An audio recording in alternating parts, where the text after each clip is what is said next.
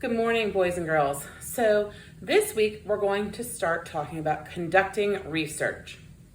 You're going to do several different research projects for me this 9 weeks, and you're going to do some in the 9 weeks to come as well. So it's very important that you understand what researching is and why it's important. So research, when you're conducting research, you're looking up factual information and you're putting it in your own words, which means you have to have a source. Your source could be something like a textbook. It could be something like the internet. It could be a factual book from the library.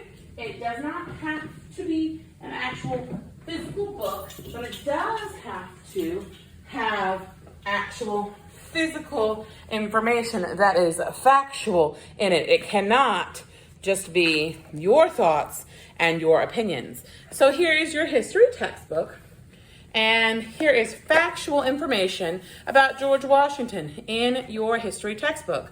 So while I'm researching, I need to read. Now, you don't have a physical history textbook in front of you, but you do have a textbook that you can use on your computer. You do have sites like World Book, sites like Kidtopia that you can use to look up information. Wikipedia, not a site that we use in elementary school, so please don't use it as a site.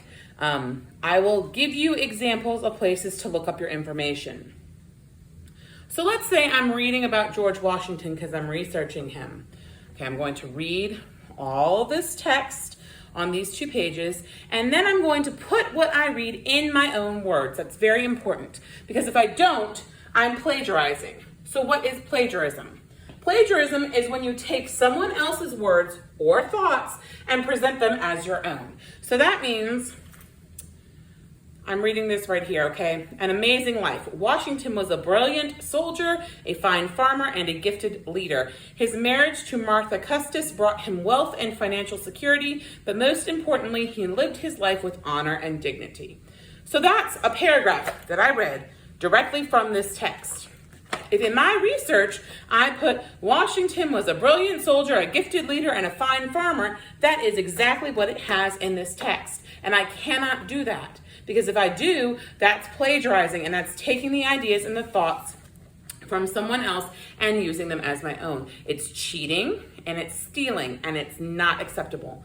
I also am able to tell when you do that, especially if you copy and paste from the internet. So please don't, because if you do, you're going to end up with your work sent back to you saying, you copied this, I need you to redo it. So take the time and do it right the first time. So how will we put this in our own words? Washington was a brilliant soldier. I could put he was a soldier. He was good at being a soldier. He was a farmer. He was a leader.